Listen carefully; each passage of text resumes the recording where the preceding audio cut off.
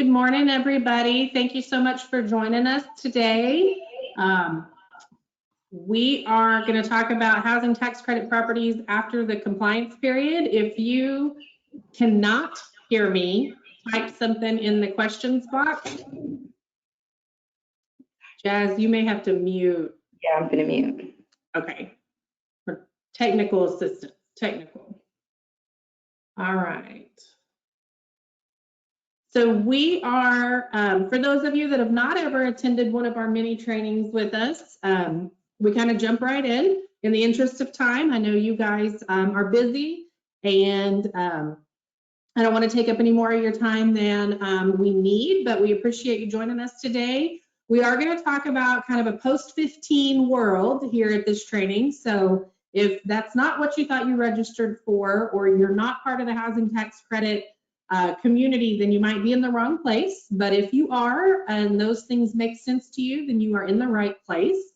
I do have Jasmine here with me helping with the questions. So if you do have questions, please feel free to type those in the questions box on your little control panel. And then the handout for today is in the control panel as well. You can see it says handouts 1 of 5.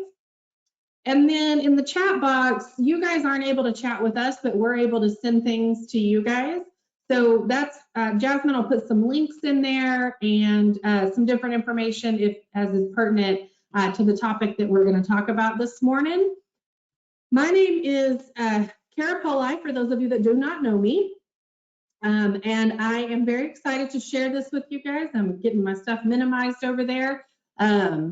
So I am not watching the control panel, so if something goes haywire, Jasmine will jump in and let me know. And then periodically, we will stop and answer some questions. We want this to be an interactive training with you guys. We want y'all to leave with all of your burning questions answered. We do not want you guys to leave and go, oh man, I should have asked that. We want you guys to definitely ask all the questions, get all the information you can. We are here to help, and we are here as a resource for you. That's why we're doing these mini trainings.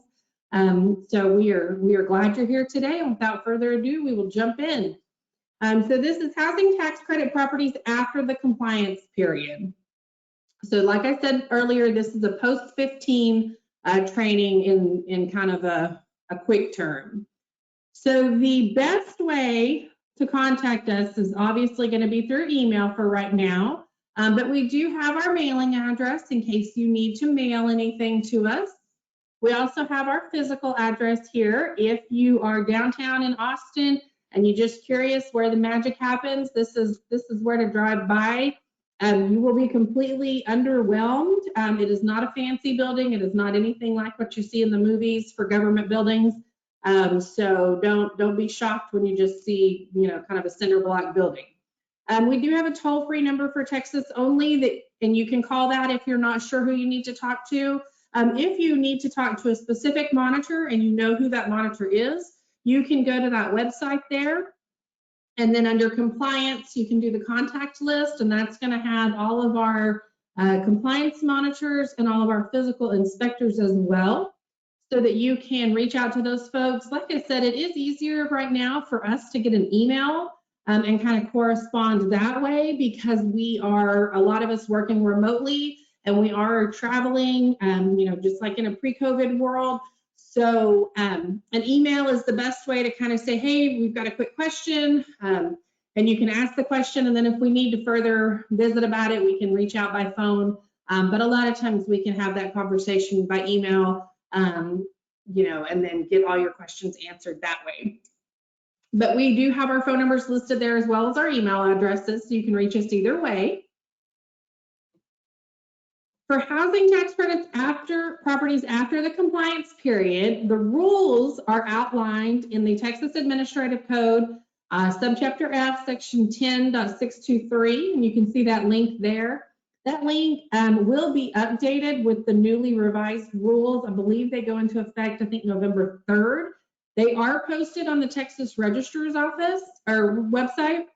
And so they were out for comment, and I did see, some of the folks that are here today commented on it. So I know you guys are all aware that those rules were kind of being revamped. Not a whole lot changed as far as the post-15 piece. So nothing really to be concerned with regards to this specific section. So after the compliance period, it's commonly referred to as going post-15 or post-15. So if you're newer to the industry, you might hear folks say, oh, that's a post-15 property, or oh, that one goes post-15 at the end of this year. That's what they're talking about. They're saying that the 15-year federal compliance period is over. And the 15 years that we're talking about is, yes. I'm sorry to interrupt. No. The slide isn't moving. The presentation isn't changing slides. Still on the first slide. Oh, you know what? I know why that is. Thank you for letting me know. Welcome. All right, sharing. Is it on the contact slide now? Yes. Okay. So now we're going to say that it's probably working. Okay. So now we're good. Okay, so there's our contact information. I think most of you that are here, if you're here, you're probably pretty well aware of how to reach us. But again, that website is our main website. And the key to any success with our programs is to familiarize yourself with our website. And there's lots of good information on there. There are links to contact information and all of that good stuff. So here's the slide that I was just talking about, where I was talking about how it's referred to as post-15. And a lot of you have LURAs, or land use restriction agreements, that have additional years in the compliance period. What we're talking about for this one is the 15-year federal compliance period. So all housing tax credit properties have at a minimum a 30-year period, and 15 years of that is the federal compliance period. So that's what, when you are called post-15, that federal compliance period has ended. So we're talking about the time after that first 15-year window. So you've got your credit period, which is the 10 years. We're not going to go into detail on that. We have a housing tax credit training that talks all about that. If you want more information, let me know, and I can get you that information. There's a 15-year compliance period. That's the federal compliance period. Then the minimum affordability period is 30 years, like I said. And then some LURAs, or land use restriction agreements, require longer. So some of you have a land use restriction agreement that requires, I think we've got a couple that are 60-year terms. So in theory, I'll be retired before those properties finish their affordable housing journey. So we are not talking about those first two. We are not talking about the credit period, and we are not talking about the compliance period. What we are talking about is the affordability period after that first 15 years of the federal compliance period. So we are looking at what happens after the federal requirements are no longer going to be reported to the IRS. So post-15 has a few changes that we're allowed to make. So a big document, and this is commonly referred to, so if you're new to the industry and you may not know the acronym yet, but the LURA is the Land Use Restriction Agreement. That is tied to the land where the property is built. It's not tied to the building. So if the building falls down, the land is still required to comply with this. So that's why the buildings would have to be rebuilt in the same, kind of form or fashion. So the LURA indicates the compliance period length, and we're going to look at where that happens. If the land use restriction agreement does not have a section that says there's going to be a longer compliance period, or the compliance period shall be a length of this, then you can assume that it's going to be a 15-year federal compliance period and a 15-year extended use period for a total of 30 years. We do have lots of examples, so don't panic if you're not sure what this looks like. The LURA is also going to indicate the time if the longer compliance period is required or a longer extended use period is required. We're going to look at those examples as well. If you are not sure what kind of time frame your land use restriction agreement requires, please email a monitor. We are happy to help. We want you guys to be successful at this. We love to come out and say, hey, that property was as close to perfect as it can be. So, you know, they're doing everything right. We've got it covered. And we just send you a report that kind of tells you an overview of the review versus having issues during the review. Are there any questions before we jump into examples, Jasmine? No, no questions. Okay, thank you. So this is what a land use restriction agreement is going to look like with regards to the extended use period. And this is going to be in the addendum B or appendix A, kind of depending on which generation your land use restriction agreement is. And you can see down here, it talks about the longer extended use period. And so it says, you know, in accordance with code, there is a 15-year compliance period and then an additional 15-year period. The development owner indicates that the development is going to extend the affordability period beyond the 30-year as required by code as follows, and they're going to add 5 years of affordability resulting in an extended use period of a total of 35 years. So this one didn't add anything to the compliance period, it added it to the end, saying that they're going to be an affordable community for 35 years instead of the required 30. So sometimes that is a competitive item, and sometimes that is a required item, that there are different areas where it's more competitive. And so a property is going to say, or an owner or developer is going to say, hey, we're going to be here longer.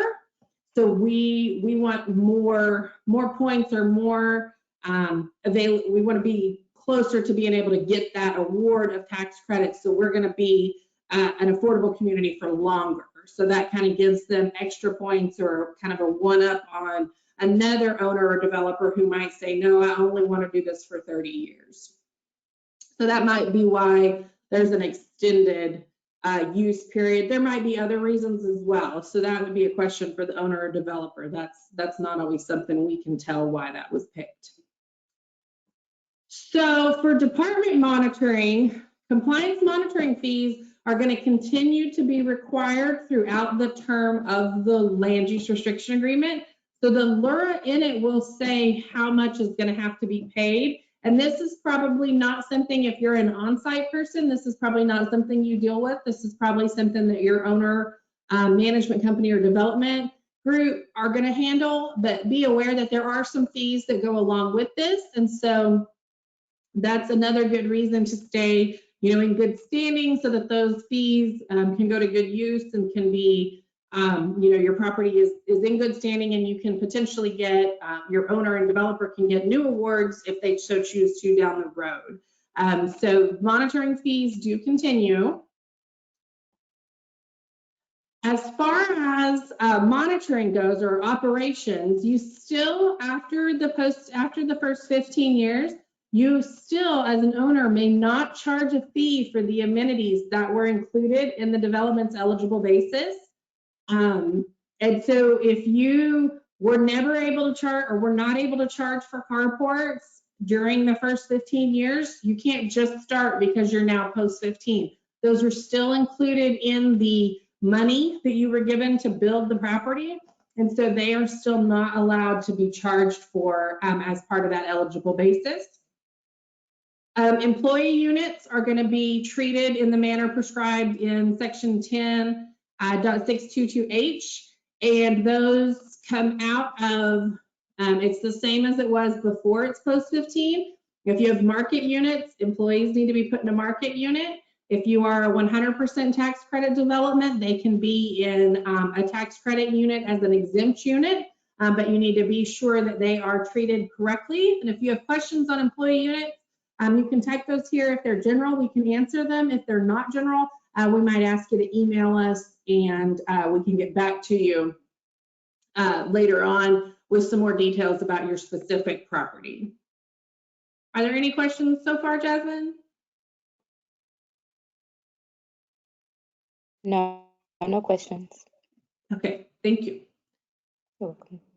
So as far as the monitoring, what we as compliance monitors are going to do is when you are post 15, the frequency that you see us might change and the amount of files that we look at might change. And so if you are now post 15 and there hasn't been an ownership change or a management group change, you might see us every 5 years versus every 3.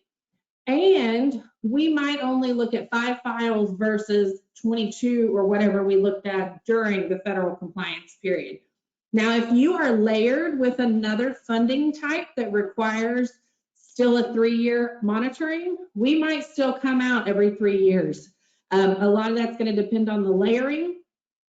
So don't panic if you're post 15 and you still see us every 3 years.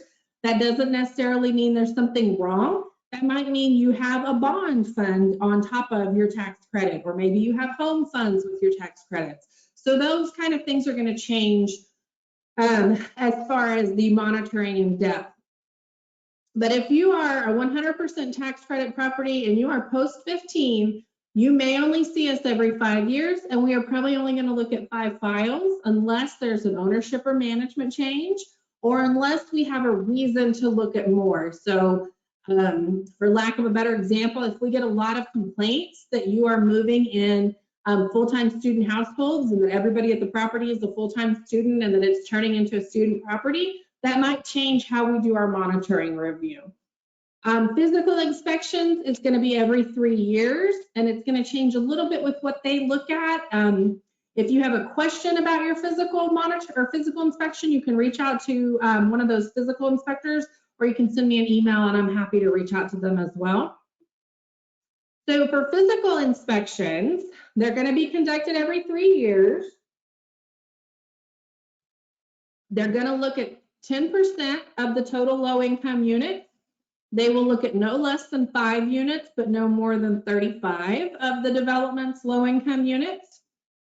They are all still going to be inspected to determine that they are in compliance with HUD's Uniform Physical Conditions Standards, or UPCS. All building systems and exteriors will be inspected. Post 15 developments must ensure that the development's accessibility standards are continually met. So just because you are post 15 does not mean that you no longer have to meet those certain requirements for the physical aspects of your property. So make sure you're maintaining those facilities and those communities, because we don't want to have run down communities. We don't want to have stuff that's not in good quality for folks to live in. So there are still requirements as far as the physical aspect goes. All developments with 4 or more units in one building constructed for first occupancy after March 13th, 1991 must comply with FHA standards. So if your property meets that threshold and you were built after March 13th of 1991, you're going to have to continue to comply with those FHA standards. And if you're not sure what those are, send me an email and I can get you in touch with the right people to find that out. But that's probably something, if you're an on-site person, your compliance folks are going to be aware of and can help you with as well.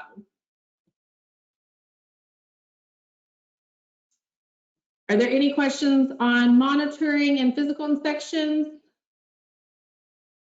No. Okay. All right, so we are going to now talk about reporting requirements, and these are outlined in the 10 Tax Subchapter F, Section 10.607, and there were some updates to this rule, so you might want to review that. It wasn't anything substantive. It was kind of just cleaning up some things. So the filing agreement, if there's a change in ownership or management, the filing agreement is required. Annually by April 30th, you are still going to have to complete the annual owner's compliance report with all parts. There are still quarterly unit status reports that are required.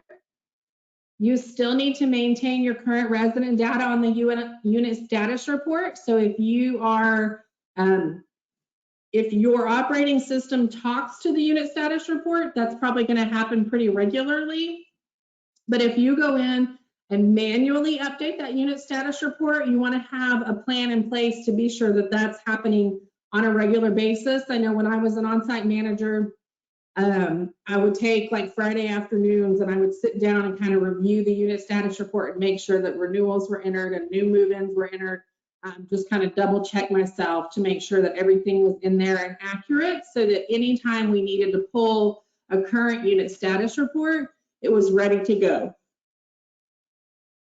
There is also the requirement to submit a current unit status report prior to monitoring reviews.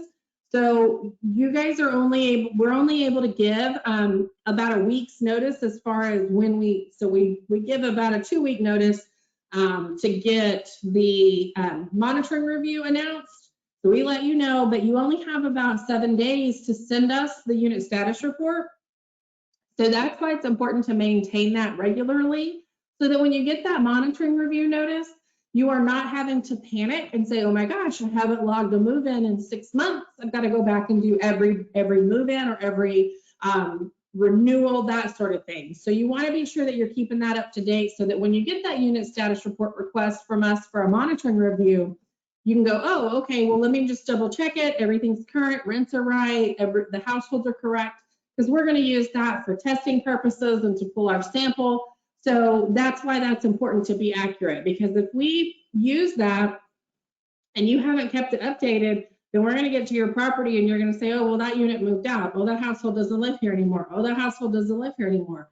So that kind of turns into a nightmare of a review for everybody, because we have to kind of re-prepare while we're at your site, which extends the length of time that we're there. So a current unit status report helps. It also helps with the vacancy clearinghouse. There's a way for anybody in Texas or anybody wanting to move to Texas can search a specific zip code.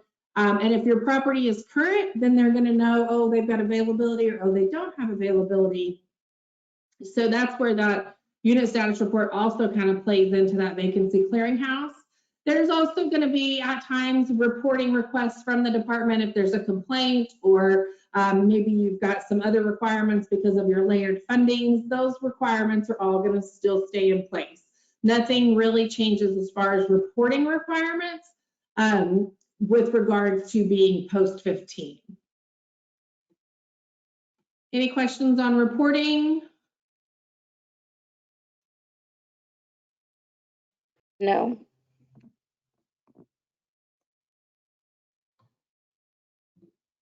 All right. So for qualifying households, as far as qualifying them at move-in, that does not change. All households must be income qualified upon initial occupancy of any low-income unit.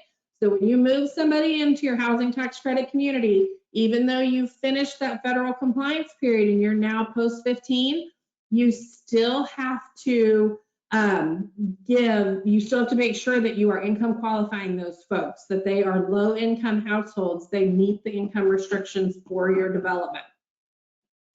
Rents have to remain restricted for all low income units. They cannot be, you can't just charge whatever you want to. You have to still make sure that all low income units are rent restricted in accordance with the requirements of the LURA.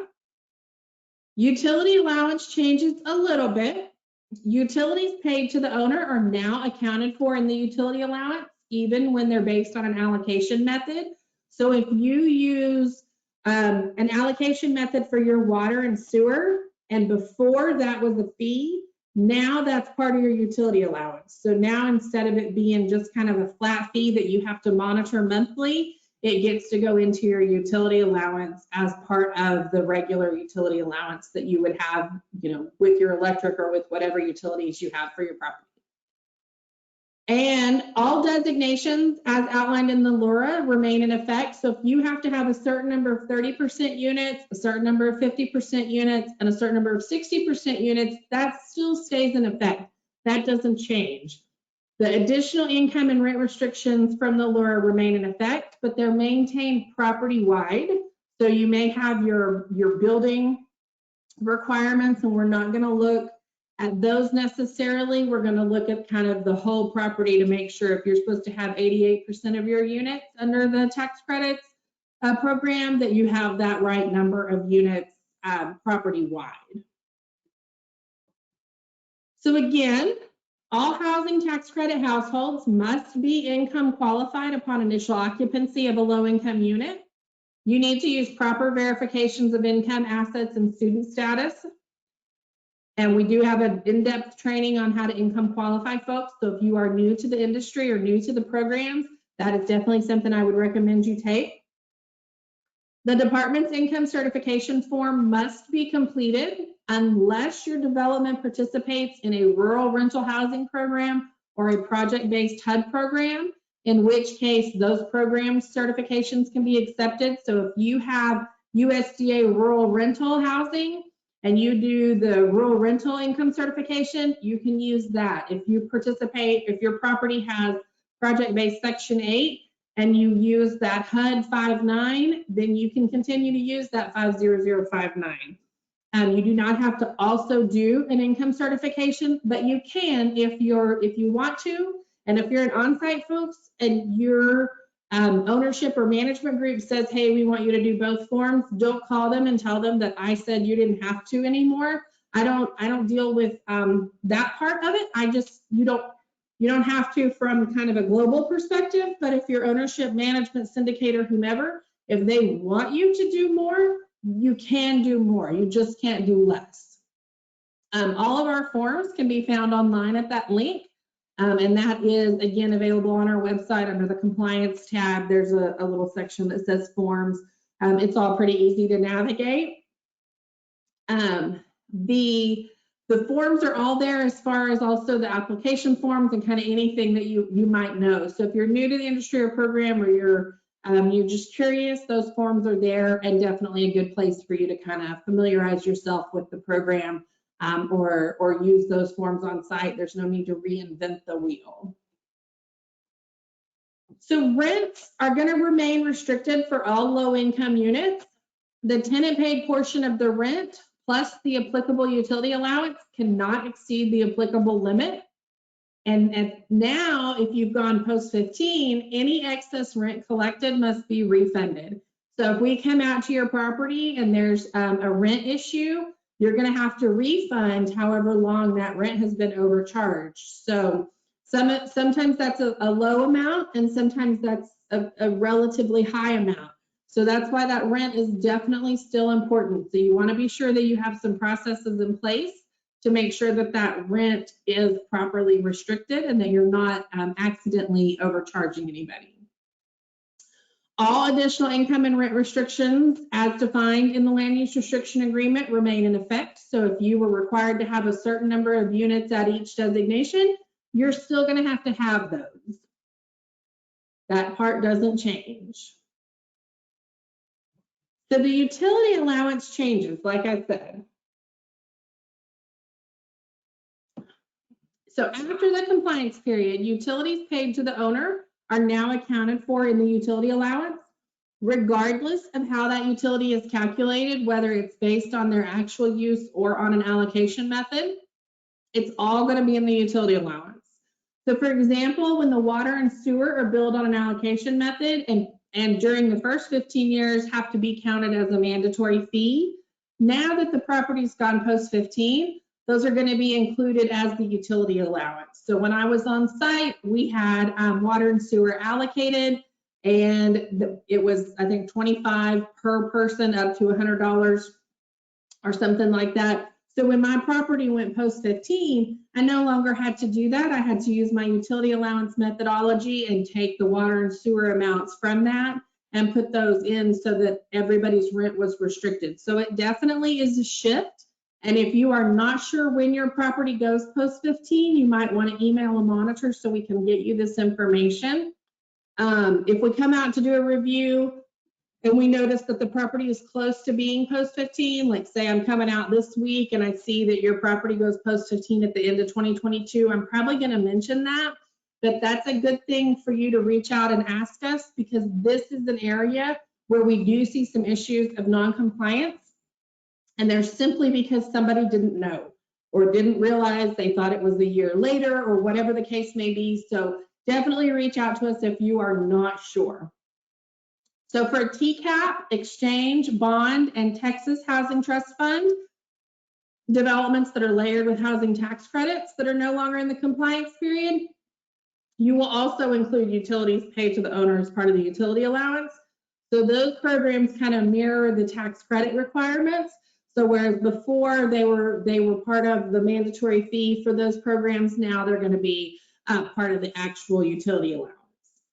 The utility allowance, except for the PHA method, must be submitted to the department annually for review by October 1st of each calendar year. So if you did not submit a couple weeks ago, then now is a good time to go ahead and review that and get that in. But the annual requirement for utility allowances, unless you use PHA, and that one you should be checking and implementing accordingly when it happens. If you did not submit your annual review for utility allowances, now is the time to do that. The owner is responsible for periodically checking with the applicable PHA, if that's the method you use, to ensure that the most current utility allowance is in place. So don't just say, oh, I called them once a year. I would recommend that you check with that PHA at least quarterly. You know, maybe if they release one in October and they release it every year in October, you're pretty safe to say, oh, I called and there's nothing new, or I checked the website and there's nothing new.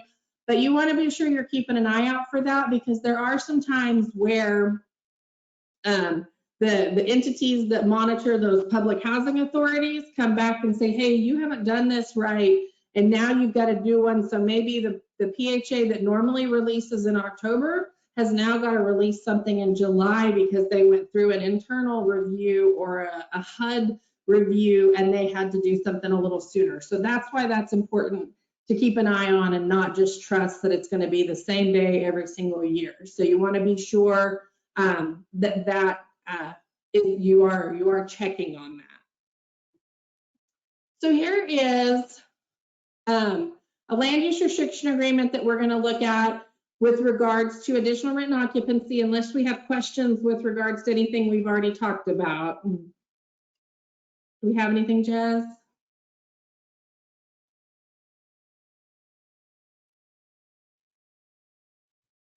Yes. Okay. We have one question, and it says, are ALCRs due through the entire affordability period and the extended affordability period?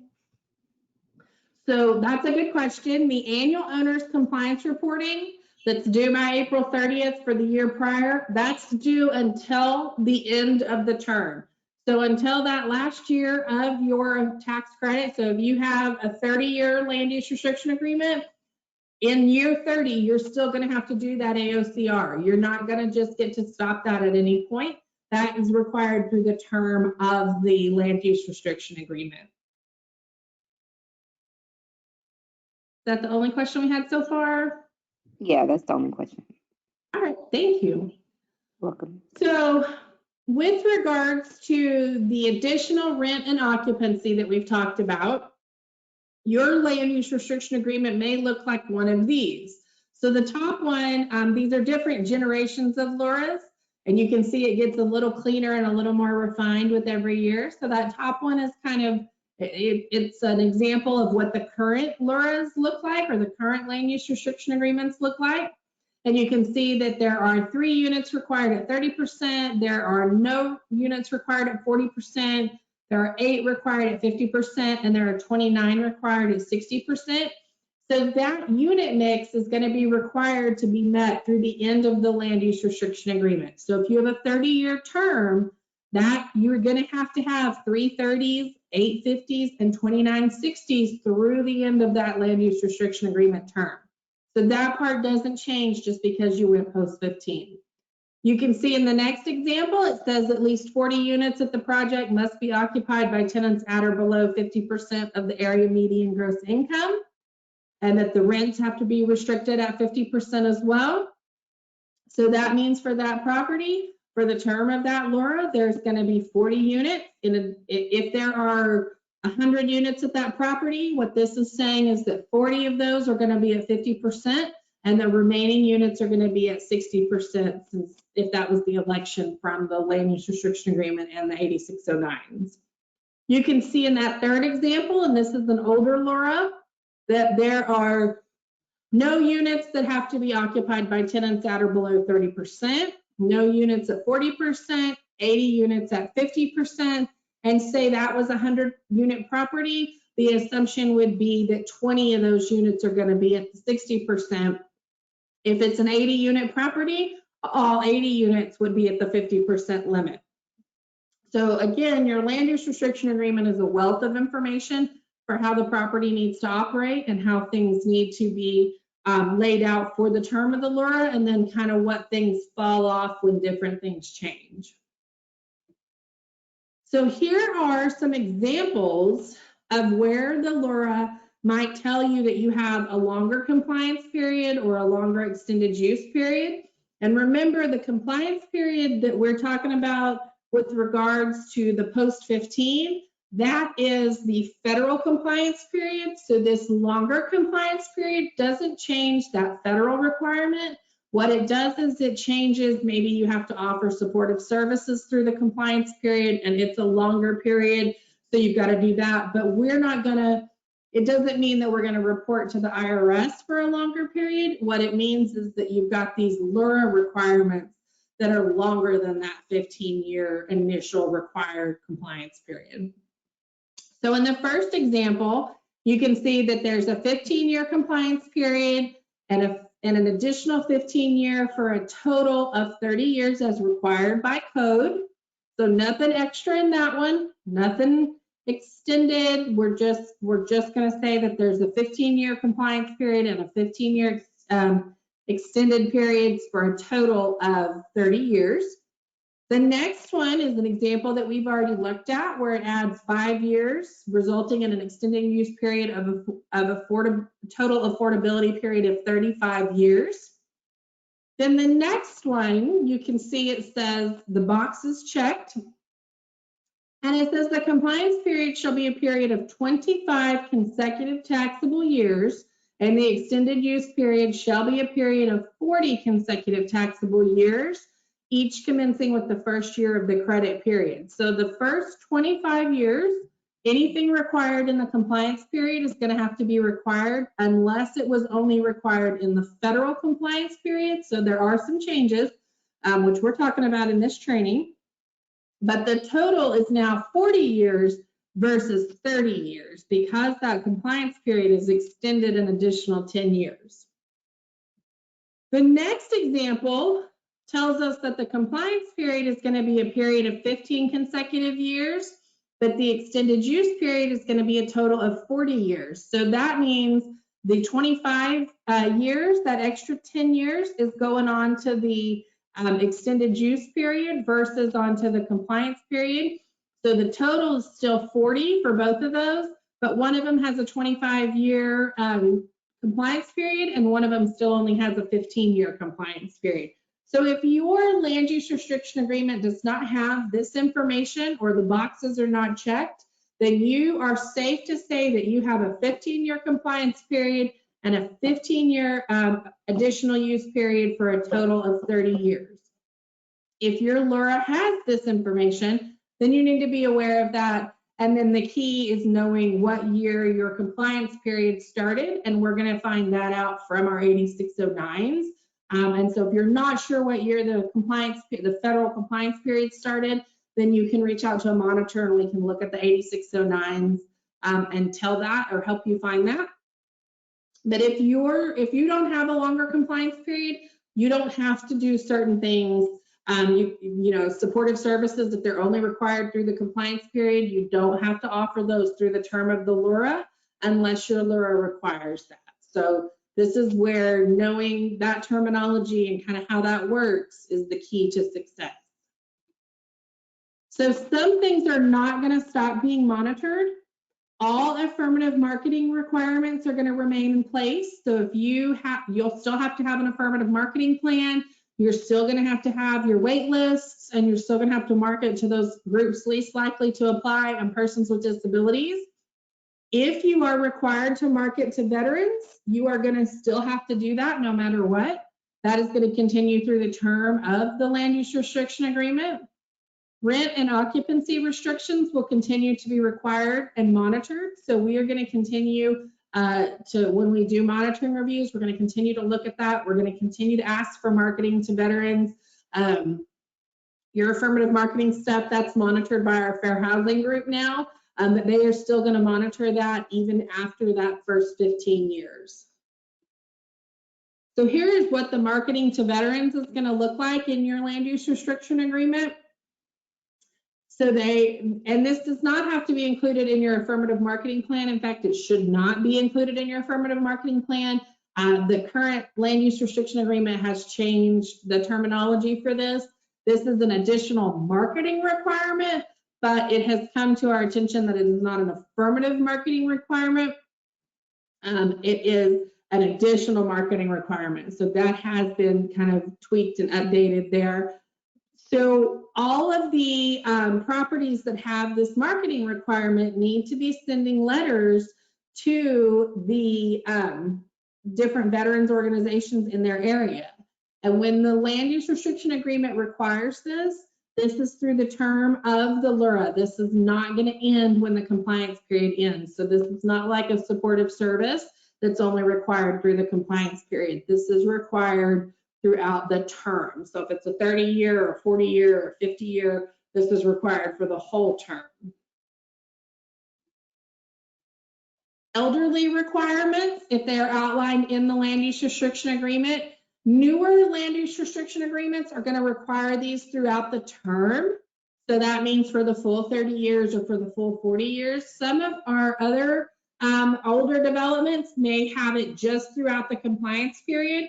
It has been my experience that once a property starts as an elderly development, I've not seen anybody drop that requirement. I've seen most of you guys keep that going. So you can see in these different examples, the top two are throughout the term. And then the last one on the bottom is throughout the compliance period. So you can tell the difference in the terminology there. So if this is a section of your land use restriction agreement that you'll want to be familiar with as well. Are there any questions, Jasmine?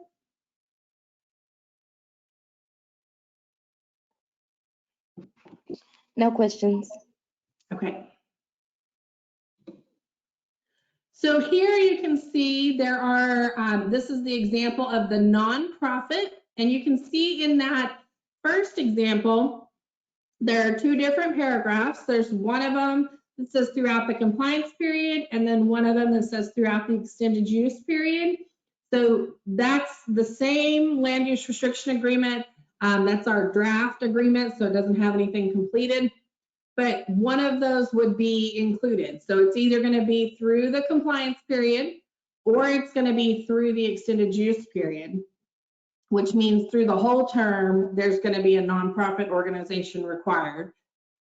And then you can see in that next one that it specifically states that throughout the compliance period, a qualified nonprofit organization is going to have operations through this property, or is going to be involved in the operations of the property. So it's all about what your LURA tells you is going to be the practice for your property. So here are examples of a hub or a historically underutilized business. So you can see in the top example, it's required throughout the extended use period. And in the second example, it is only required throughout the compliance period. So you can see the difference, and if it doesn't say throughout the compliance period, then you are safe to assume that it's for the whole term of the land use restriction agreement. So if it doesn't say one of these two items, then it's for the whole term. So here is supportive services, and I know this is kind of the biggie that we get lots of questions about. In the newer land use restriction agreements, it is required throughout the extended use period. So if you have a 30-year term or a 40-year term, you are required to do services through the whole term. In some of our older land use restriction agreements, those are only required for the compliance period. So for the second example, throughout the compliance period, if that was one that had a 25-year compliance period, then for 25 years, they're going to offer these services. If this was one that had a 15-year compliance period, then for those 15 years, they're going to offer those services and you wouldn't have to offer them after that. But for that first example, you're going to have to offer those services for the term of the land use restriction agreement. So for the 30 years or the 40 years or 50 years, whatever the term is outlined. So if this requirement is in the land use restriction agreement, and this is in some newer ones, this isn't, if you've got an older tax credit property, then this is not going to be one of your requirements. So this is saying that the owner at the time of application got an extra point for certifying that their development would contact local nonprofit and government providers of services for health and well-being for the tenants, and that they would make those available to their tenants. This is going to be required for the term of the LURA.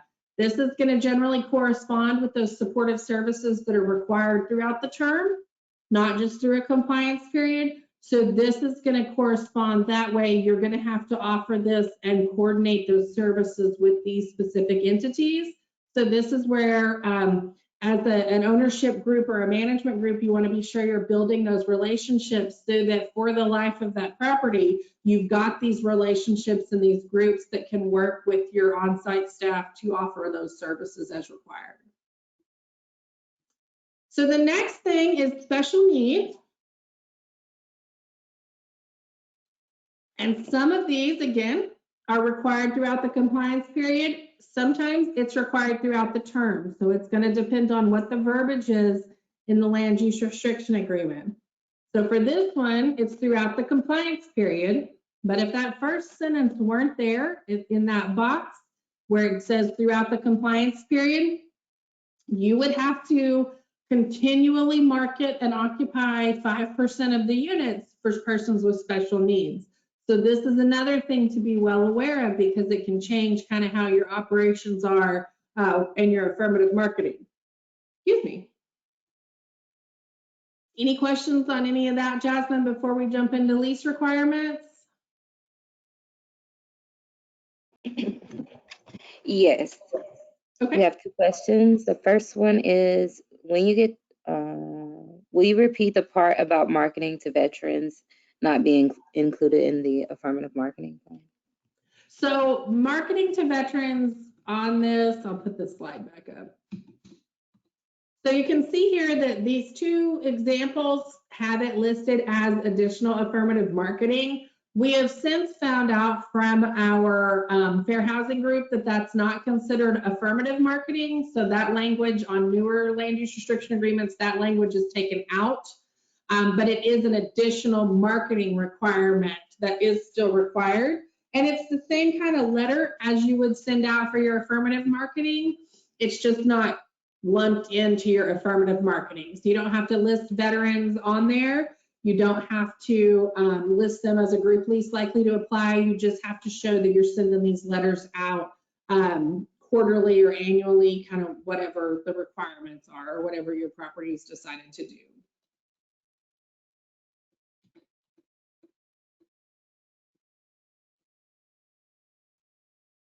Okay, and then what qualifies as newer versus older?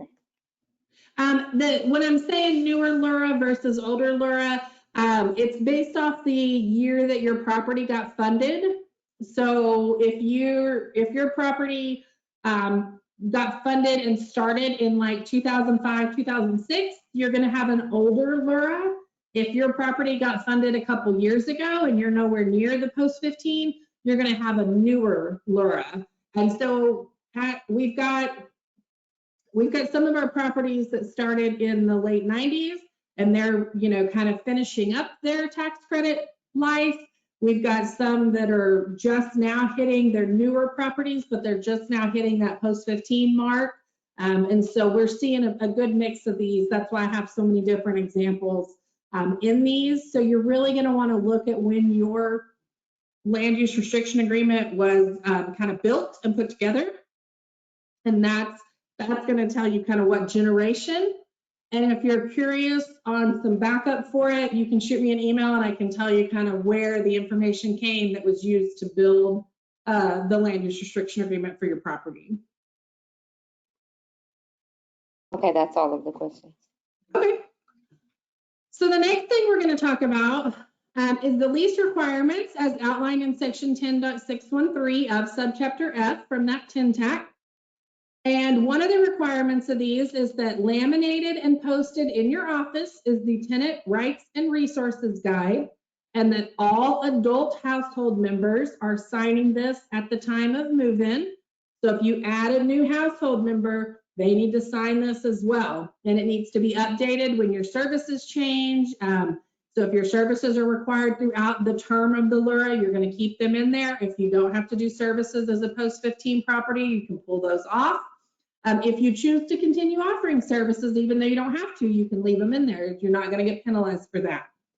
613 also requires that you not evict without good cause.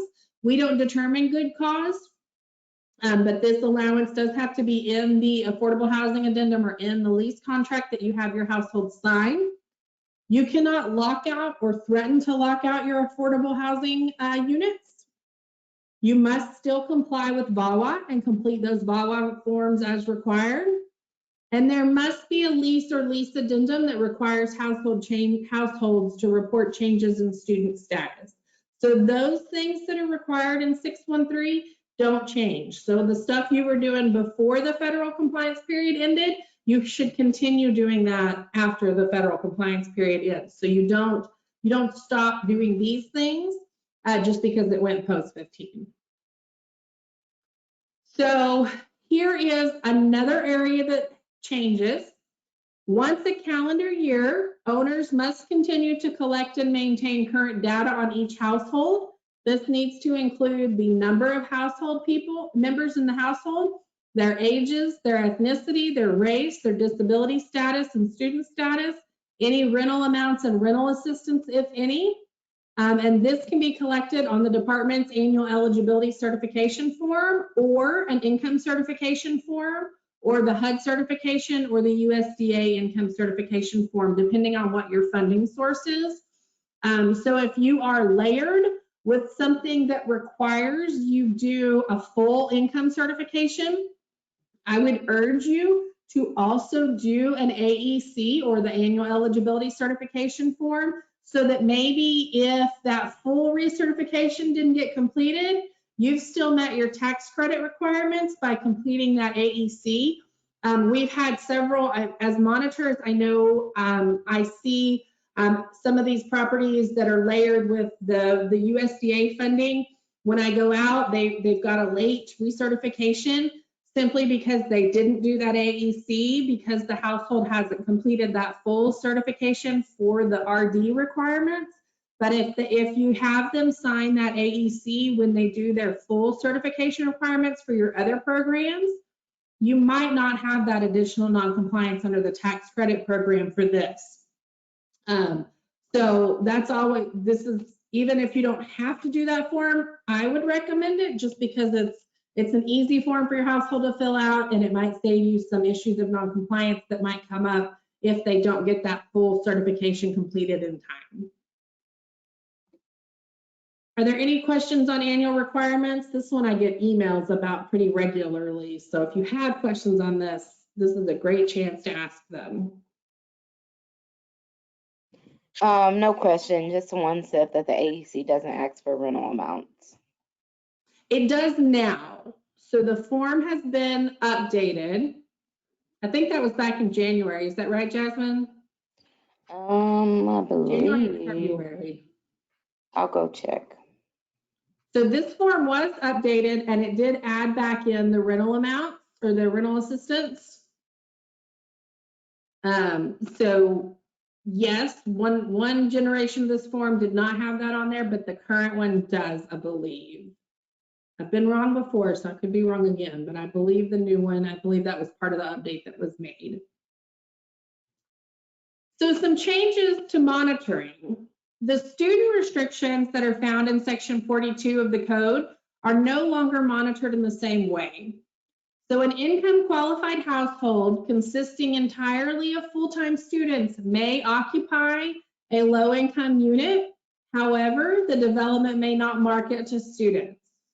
The development may also not lease more than 15% of the total number of units to student households. So if you're a 100-unit property, you cannot have more than 15 units that are full-time student households that don't meet an exception. If they meet exceptions, then that's fine. That rule still stands. But 15% of your households that's the only allowance as far as full-time student households.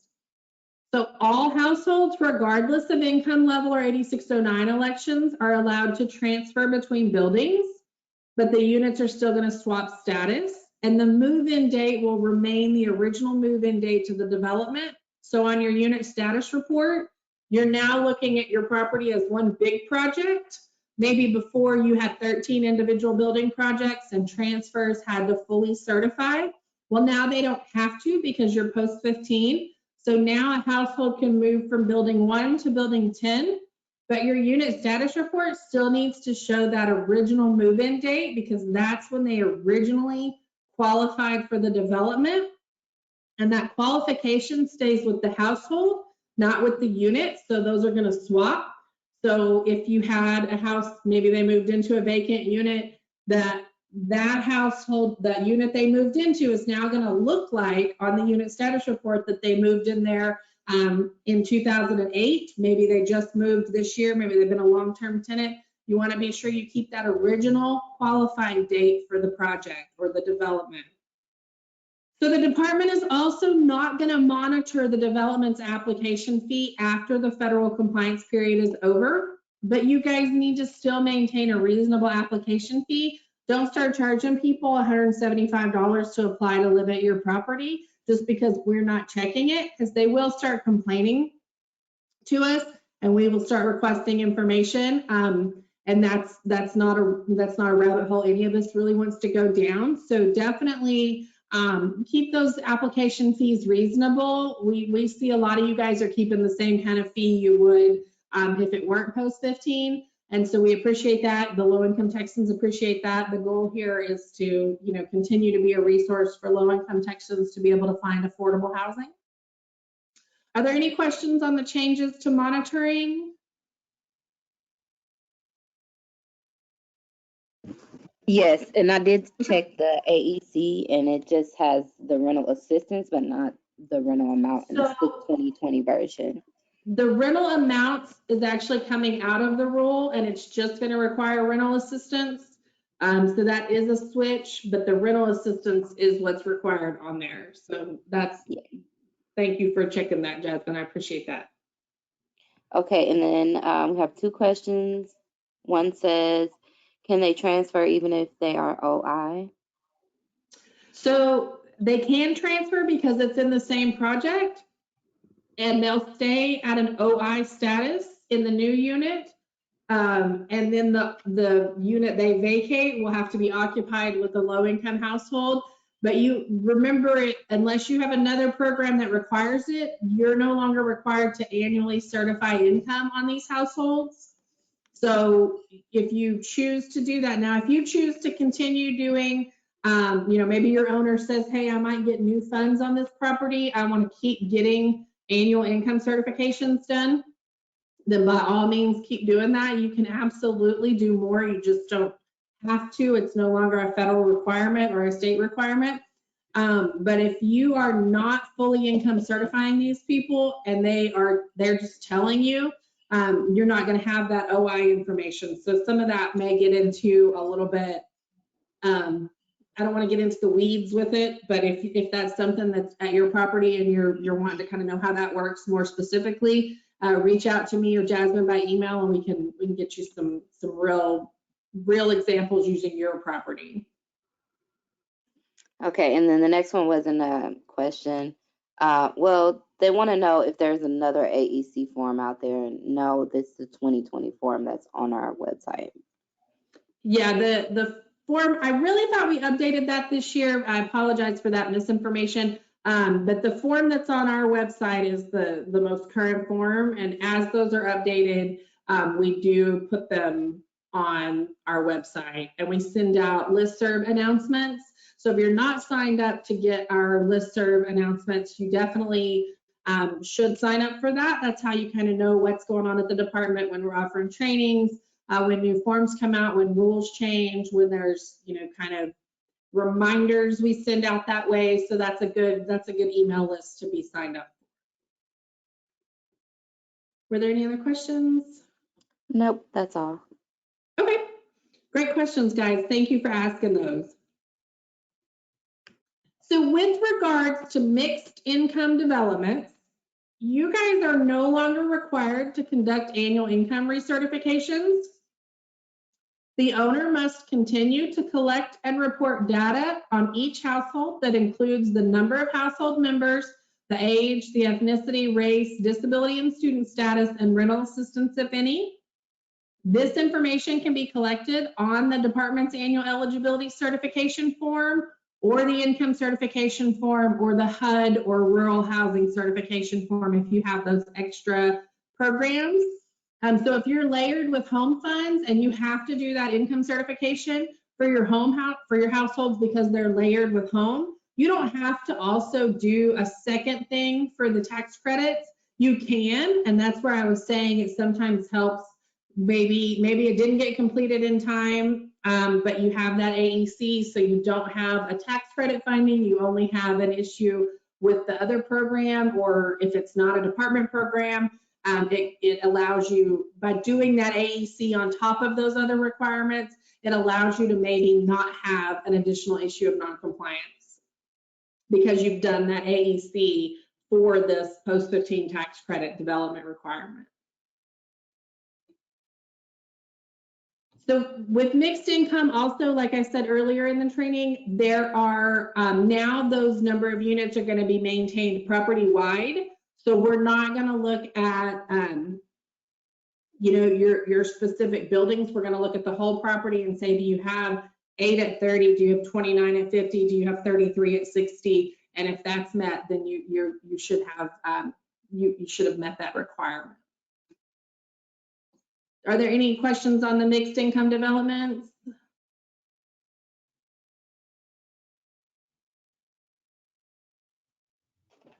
Okay, someone wants to know, how do they download the handout?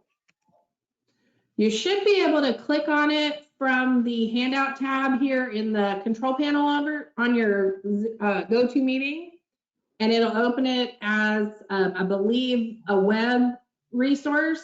And then if you have Adobe on your computer or a reader, you should be able to download it. There should be a little arrow with a line underneath it, and that's how to download that. If that doesn't work, let me know. Shoot me an email, and I can get it sent to you a different way.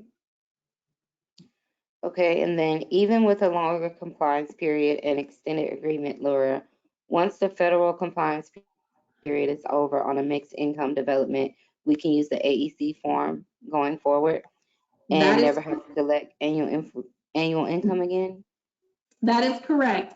However, if your ownership group or your management group requires that you continue to do full annual income certifications, that is still okay. That's not an issue of non-compliance. That's not something we're telling you can't do. We're just telling you don't have to do it anymore. But if your ownership group requires it, they're the ones that sign off on your payroll. So you should definitely do what they're asking you to do. Maybe there's a reason. Maybe they're going to get new funds on this development. Maybe there's going to be a re-syndication of funds. There's a lot of things that happen kind of on the back end that may drive the decisions that are made for you on-site folks. So have a conversation with them and maybe say, hey, I'm curious, I sat in a training and they said we didn't have to do this anymore. Is there a reason that we do this? Because I know for me, if I understand the why, I can have more buy-in and I can understand kind of what's being required of me. As an employee, as a person, when I was an on-site manager, I definitely always wanted to know the why. So I don't think that's bad information for you to have, but understand that there might be a reason that your ownership group is asking you to continue to do full income certifications. Okay, the next one is it acceptable to complete the AEC form and the income certification form? Will this be a finding if both forms are in the file? It will not be a finding if both forms are in the file. You can always do more. So if you're doing full annual income certifications, because your ownership group wants you to, that's perfectly fine. But maybe suggest that y'all also do the annual eligibility certification, because then if we come out and maybe that full income cert wasn't completed in time, but the AEC was, you don't have an issue of non-compliance with regards to the tax credit program because that AEC is there. So sometimes that helps mitigate issues of non-compliance. I know sometimes tenants are cranky and they don't want to come in. And so that might help mitigate any of those issues that could be alleviated. Okay, and the last one is, so the applicable fraction does not matter per building. That's correct. We're going to look at the number of affordable units property-wide. Unless you know something different that I don't know, Jasmine. No. That's how we're going to monitor that going forward. With once your federal compliance period's been completed.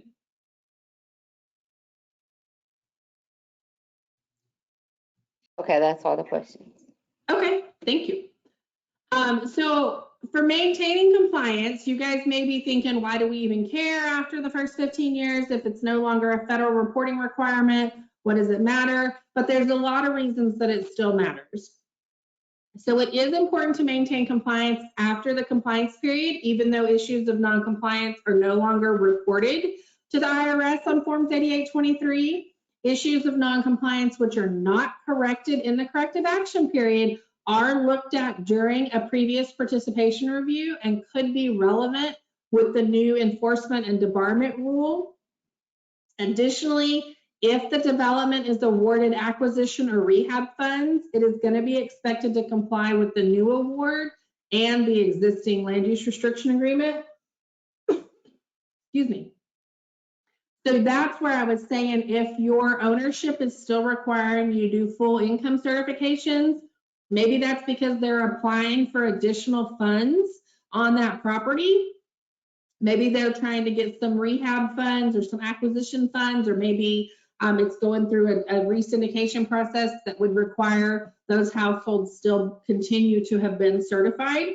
And so that's something that having a conversation with your ownership and management groups might help explain further.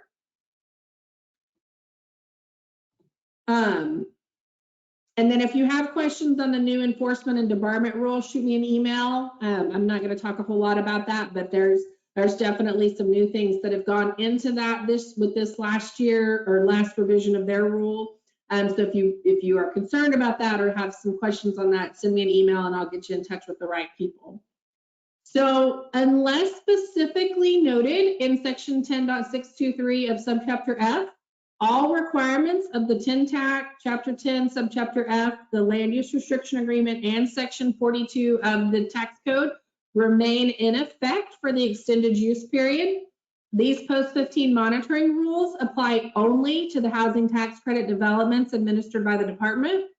Participation in other programs administered by the department may require additional monitoring to ensure compliance of these requirements for those programs. And then I have some suggestions to help avoid enforcement action after the federal compliance period. You want to make sure that the development is still meeting all calendar reporting deadlines. So those quarterly vacancy reports that are due in January, April, July, and October. The annual owner's compliance report is still due every April 30th for the year prior. You want to be sure that folks are checking CMTS regularly to ensure that TDHCA correspondence is not accidentally missed, and that any file or UPCS deadlines are calendared and adhered to.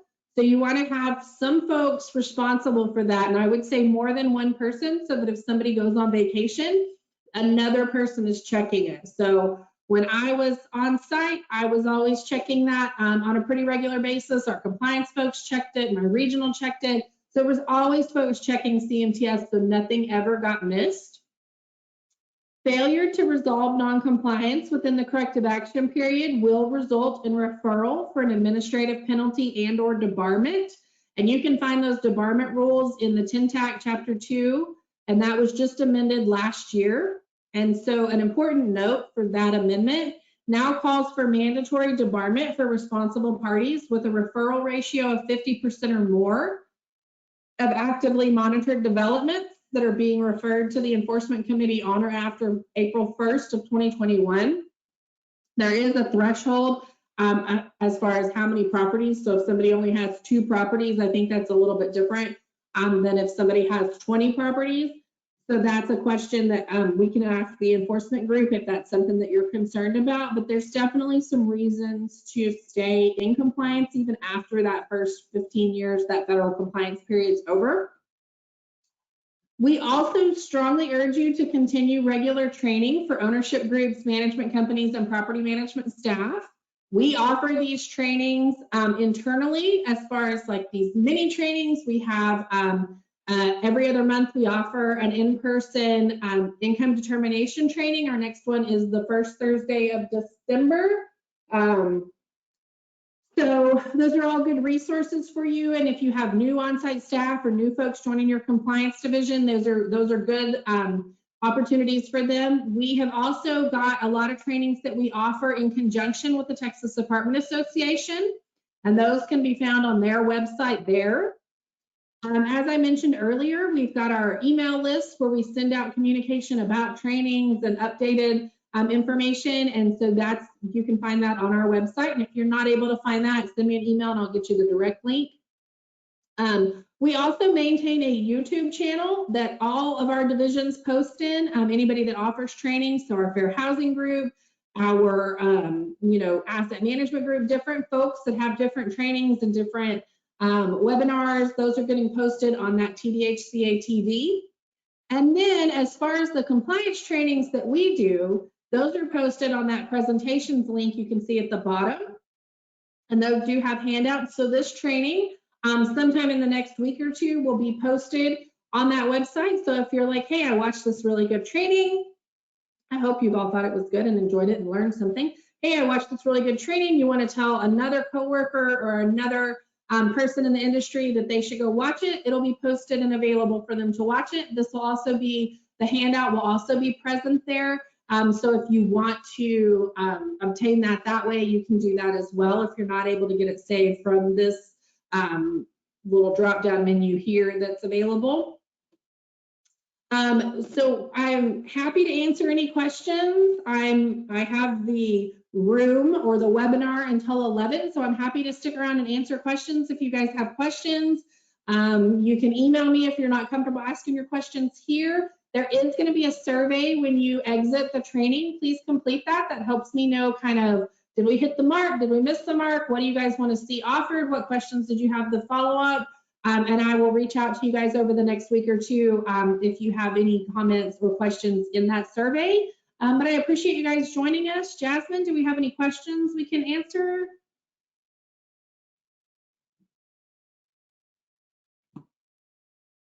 Nope, no questions. All right, we appreciate you guys joining. Again, I'll hang out and I'll leave this open for just a little bit. But if you don't have any questions and you're ready to get on with your day, feel free to close out. I appreciate you completing the survey, but we'll keep an eye on the questions box for a few more minutes, and then we'll kind of let that drive the rest of the day. Thank you all for joining us today. And thank you, Jasmine, for helping me with questions. Of course.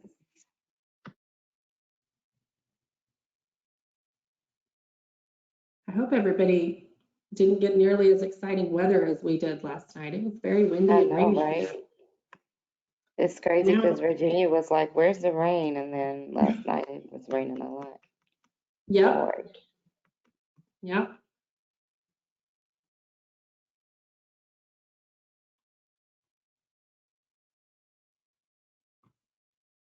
All right, I am not seeing questions and I'm seeing people jump off. Yeah, So if you have any questions, feel free to reach out to me or Jasmine through email or any monitor. We're all happy to help. Otherwise, thank you guys all for coming. I'm going to close the webinar down, and again, it'll be posted sometime in the next week or so, kind of depending on schedules of the folks that have to work on that. So We appreciate you joining us. Thanks. Have a great day.